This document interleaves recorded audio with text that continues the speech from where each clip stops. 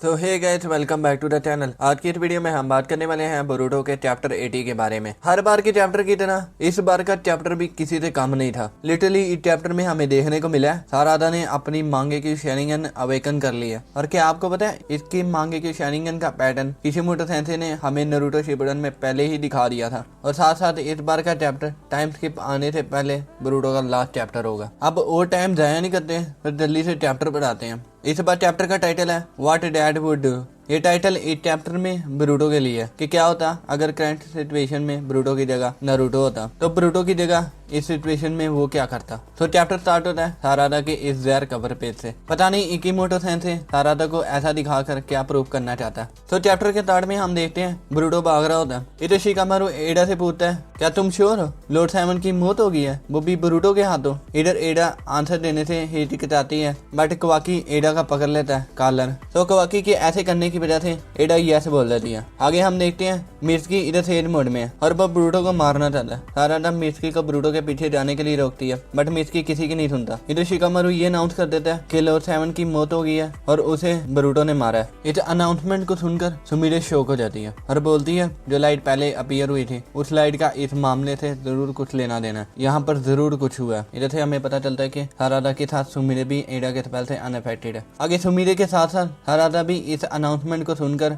Shock होकर जमीन पर गिर जाती है। इधर मिर्सकी इस अनाउंसमेंट को सुनकर और ज्यादा गुस्से में आ गया। मिर्सकी इधर सारादा को यहाँ से जाने के लिए बोलता है और साथ साथ बोलता है मैं तो अब बोरुटो को मार के रहूंगा। ये कहते ही मिर्सकी बोरुटो के पीछे चला जाता है। आगे वापस सीन जाता है एडा और कवाकी की तरफ। इधर एडा बोलती है कवाकी तुमने ये क्या किया, तुम्हें इतना दूर जाने की जरूरत नहीं थी। आगे कवाकी रिप्लाई देता है मुझे इससे कोई फर्क नहीं पड़ता, अब कोई भी हम दोनों के बीच में इंटरफेयर नहीं करेगा। जब तक मैं लॉर्ड साइमन को सील करके रखूंगा तब तक वो सेव रहेगा। मैं लॉर्ड साइमन को तब तक रिलीज नहीं करूंगा जब तक मैं बोरुटो और कोड को मार नहीं देता। आगे हम देखते हैं डेमन भी एडा और कवाकी के पास आ गया। इधर डेमन और कवाकी के बीच में फनी कन्वर्सेशन भी देखने को मिली है। आगे सीन जाता है सारादा की तरफ। इधर हम देखते हैं सारादा के पास सात्के की एंट्री होती है। सात्के सारादा से पूछता है क्या तुम ठीक हो, मिर्सकी कहाँ पर है, क्या वो तुम्हारे साथ नहीं था। इधर सारादा रोकर बोलती है डैड मिर्सकी पागल हो गया, वो कह रहा है अब वो बोरुटो को मार के छोड़ेगा, वो बिल्कुल ही आउट ऑफ कंट्रोल हो गया। इधर सात्के सारादा को बताता है मैं उसे ब्लेम नहीं कर रहा, इनफैक्ट ये परफेक्ट नॉर्मल रिएक्शन है। बोरुटो ऑलमोस्ट किल ही करने वाला था कवाकी को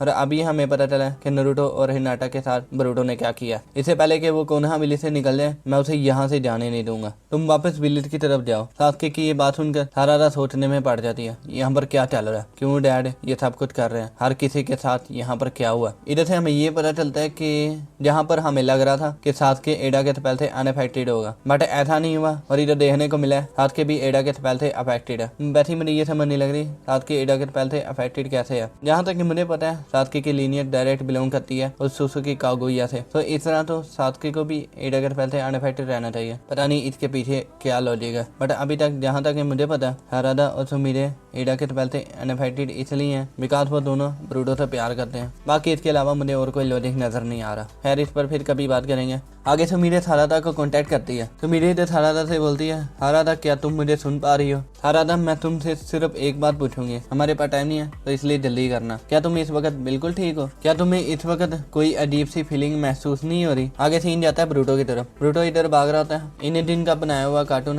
हवा में उड़ रहा होता है। इसके साथ ही अचानक से जोजो का एक बहुत बड़ा हाथ बोरुटो का लगता है और इसके साथ बोरुटो पीछे जाकर गिरता है। बोरुटो इधर उठकर भागने वाला ही होता है, बट बोरुटो शिकादाई के शैडो पैरालाइसिस जूसो के अंदर आ जाता है। शिकादाई इधर बोलता है मैंने तुम्हें अपना दोस्त माना था, हम सब तुम्हें अपना दोस्त मानते थे, फिर मैंने जब सुना तुमने अपने भाई को मारने की कोशिश की है और सिर्फ ये नहीं तुमने जस्ट अभी लॉर्ड साइमन को किल कर दिया जिसने तुम्हें अपना बेटा माना था। आगे सीन वापस जाता है सारादा की तरफ। सारादा इधर बोलती है मैं श्योर नहीं हूँ मैं यहाँ पर ठीक महसूस कर रही हूँ कि नहीं, क्या तुम मुझे बता सकती हो यहाँ पर क्या हो रहा है। इधर से मेरे बताती है शांत रहो सारादा, तुम जरूर ठीक हो, एक्चुअली तुम और मैं यहाँ पर बिल्कुल ठीक है। मैंने कम्प्लीटली फिगर आउट नहीं किया, बट जहाँ तक कि मुझे लगता है इस सब सिचुएशन के पीछे समहाउ एडा का हाथ है। आगे से मीरेज को बताती है याद करो करो, जब जो कोई भी एडा के सामने आता था तो वो पर्सन एडा की एबिलिटी से जरूर अफेक्टेड होता था। बिल्कुल सेम ही यहाँ पर सबके साथ हुआ। यहाँ पर सब लोग अफेक्टेड है, सिवाय तुम्हारे और मेरे। देखो कुछ ही लम्हे पहले हर कोई क्वाकी को चेज कर रहा था, देन फिर अचानक से अब ब्रूडो को ढूंढने की कोशिश कर रहे हैं और साथ में उसे मारना भी चाहते हैं। एक नॉर्मल सर्कमस्टेंसेस में होना पॉसिबल नहीं है। अब तो ये क्लियर है, इसके पीछे जरूर कोई ना कोई स्ट्रॉन्ग जुत्सु का हाथ है, समथिंग पावरफुल लाइक अ शिनजुत्सु। अभी इस पूरे कोनोहा विलेज में सिर्फ हम दोनों रह गए हैं जो इस वक्त ब्रूडो की मदद कर सकते हैं। ये सुनकर सारादा रोना शुरू कर देती है। इधर साथके सारादा को रोता हुआ देखकर कंफ्यूज हो जाता है। देन आगे सारादा साथके को बोलती है, डैड ब्रूटो बेकसूर है, वो कभी लॉर्ड सेवन को किल कर ही नहीं सकता। यहाँ पर हर कोई गलत फहमी में है। जब साथके बोलता है, ब्रूटो में भी आउटसाइडर होगा, बट मुझे यहाँ पर कोई भी चीज गलत नहीं दिख रही। आगे दोबारा सीन जाता है ब्रूटो की तरफ, जिधर वो टीम 10 के साथ फाइट कर रहा है। इधर शिगादा ही बोलता है, मैंने कभी ये नहीं सोचा था तुम हमें इस तरह बिट्रे करोगे। इधर मोमोशिकी ब्रूटो को बोलता है, तुम उन्हें मार क्यों नहीं देते इससे पहले कि वो तुम्हें मार दे। वैसे मैं भी क्या बोल रहा हूँ, एक शिनोबी कैसे अपने फॉर्मर फ्रेंड्स को मारेगा। एक काम करो, अभी यहाँ पर स्विच करते हैं, मैं उन्हें तुम्हारे लिए मिटा देता हूँ। ब्रूटो बोलता है, चुप कर बे, तो यहाँ से बाहर ही रहा। आगे वापस सीन जाता है साथके और सारादा की तरफ। सारादा, तुमने आगे ही बहुत कुछ देर लिया, तो एक काम करो, घर जाओ और रेस्ट करो। सारादा साथके से बोलती है, मुझे माफ करना बट मुझे यहाँ से जाना होगा। इधर सारादा साथके का क्लोक पकड़ के बोलती है, जाने से पहले क्या तुम मेरा एक काम कर सकते हो। मैंने यहाँ पर जो कुछ कहा है आपको ये समझने की जरूरत नहीं है, बट जाने से पहले प्लीज मेरी एक बात सुनोगे। लिस्टन डैड, ये मेरी फर्स्ट और लास्ट सेल्फिश फेवर है जो मैं अभी बोलने वाली हूँ, प्लीज हेल्प ब्रूटो। और इस लाइन के साथ सारादा अपनी मांगे की शानिंगन को अवेकन कर लेती है। साथके ये देखकर शॉक हो जाता है, मांगे की शानिंगन। तो उचिहा शिसुई के बाद सारादा वो दूसरी लड़की है जिसने कम उम्र में अपनी मांगे की शानिंगन अवेकन की है। अगर तुम इधर सारादा की मांगे की शानिंगन को देख रहे हो तो एक सान की तरह पैटर्न बना हुआ है। अगर मैं आपको बताऊं, ये पैटर्न हमें ऑलरेडी नारुतो शिपुडन में किशिमोटो सेंसेई ने फोरशैडो करवा दिया हुआ है। अगर तुम इस पिक्चर को देख रहे हो, इधर दो टीम मौजूद है जो एक दूसरे के अगेंस्ट खड़े हैं, और इधर अगर तुम नोटिस करोगे जो दोनों टीम ने अपने अपने फ्लैग पकड़े हुए हैं, तो एक साइड पर तो एक तरफ सारादा की मांगे की शानिंगन का पैटर्न है जो पैटर्न सन को रिजेंबल करता है, और अगर तुम दूसरी तरफ देखोगे एडा के आई जैसा पैटर्न बना हुआ है जो जाना जाता है मून को रिफ्लेक्ट करने के लिए। शायद हमारे लिए ये एक और फोरशैडो हो सकता है, क्या पता इन दी फ्यूचर हमें एडा वर्सेस सारादा देखने को मिले। अब इसके पीछे क्या रीजन हो सकते हैं वो एक अलग टॉपिक है। वापस चैप्टर पर आते हैं। आगे दोबारा सीन चेंज होता है ब्रूटो की तरफ, जिधर ब्रूटो देखता है उसका कारमा ऑटोमेटिकली एक्टिवेट हो गया। ब्रूटो इधर बोलता है, मोमोशिकी, अगर तुमने मेरे दोस्तों को हर्ट करने की कोशिश भी की तो मैं तुझे कभी भी माफ नहीं करूंगा। इधर मोमोशिकी रिप्लाई करता है, तुम्हारे दोस्त? मुझे तो यहाँ पर तुम्हारे कोई भी दोस्त नहीं दिख रहे। इनफैक्ट तुम्हारे पास तो कोई दोस्त है ही नहीं, सिर्फ तुम्हारे पास दुश्मन है। अभी इस रियलिटी को एक्सेप्ट कर लो, हर कोई अब तुम्हें मारना चाहता है। अब तो तुम्हारे पास तुम्हारा अपना कोई भी नहीं है, तुम्हारे पास तो अब रहने की भी जगह नहीं है। इधर ब्रूटो बोलता है, तुम चुप करके हमेशा के लिए सो क्यों नहीं जाते। इस लाइन के साथ ही आगे हम देखते हैं साथके इधर एंट्री मारता है और ब्रूटो को उठाकर यहाँ से ले जाता है। ब्रूटो साथके को देखकर